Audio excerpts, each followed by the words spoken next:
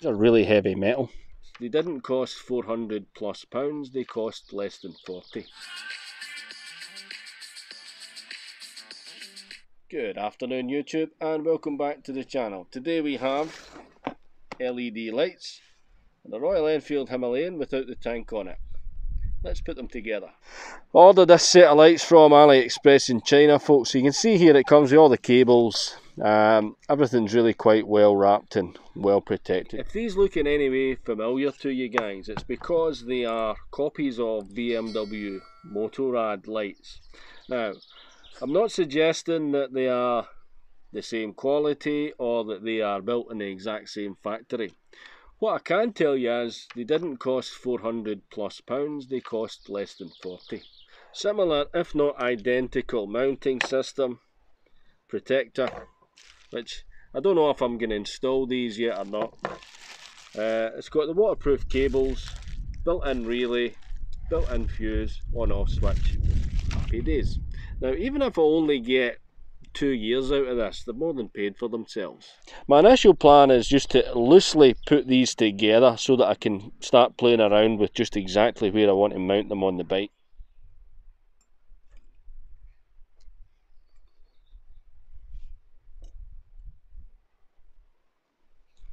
I've decided that initially at least I'll put the little guard on here, but I might end up removing that depending on, you know, how that affects the light. I'm not exactly following the instructions here, folks. Needless to say, you don't need to be Elon Musk to put this together. Put a little spacers in there, guard on, washers and bolts. A few months back, guys, I put an Osram Nightbreaker bulb in here. It was a silver one. I'll put a little link to that somewhere.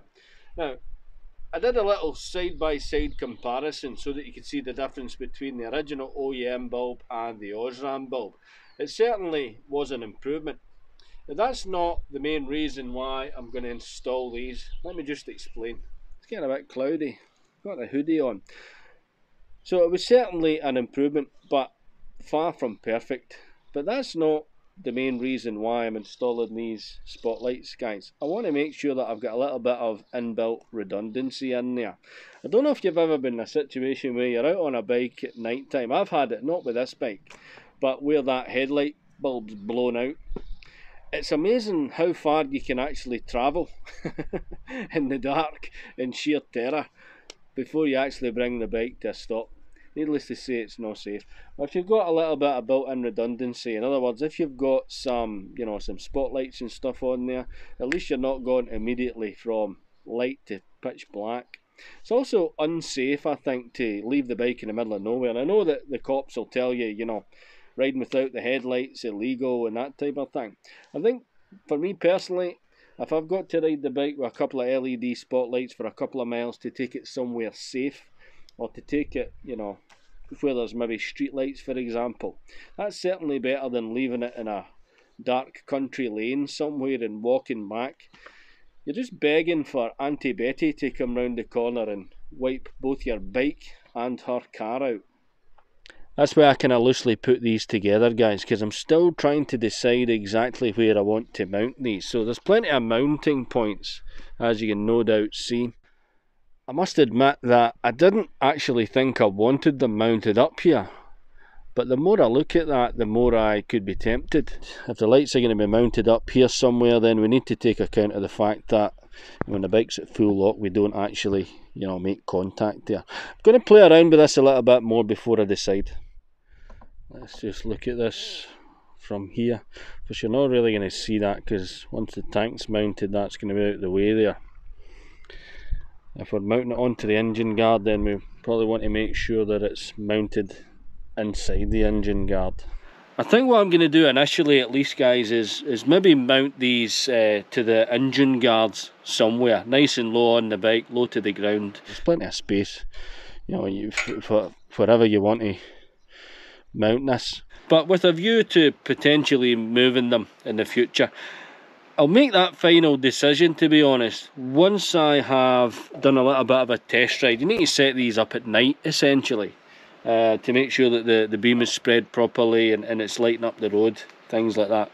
If it's not really working well for me on the engine guards, then I'll move them up to the front of the bike here, and I'll try that as well. Obviously things that you want to maybe take into consideration would be proximity to the exhaust. We've got an absolute octopus of a cable going on here, more than I would necessarily be happy with, but let's just break it down. We've got a little on-off switch here, a relay, which I might bypass some of this. We'll also have we've also got a fuse in here, and bear in mind I've got this little switched relay system, but this is designed in such a way that if you've got a little, a little relay like this, you could quite happily connect it straight to the battery. Then you're not going to get any draw in, and it'll turn itself off. But as I wire this up, I'll make some decisions on just exactly what I'm going to do with it.